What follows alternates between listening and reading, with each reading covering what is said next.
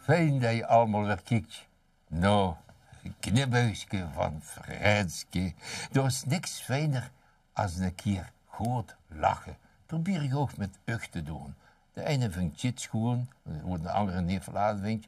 De andere vindt dat weer schoon, hoe de ene niet verlaten vindt. Maar ja, dat kan altijd. Ik probeer het, want ik zeg altijd, lach je doet, dan leer je langer.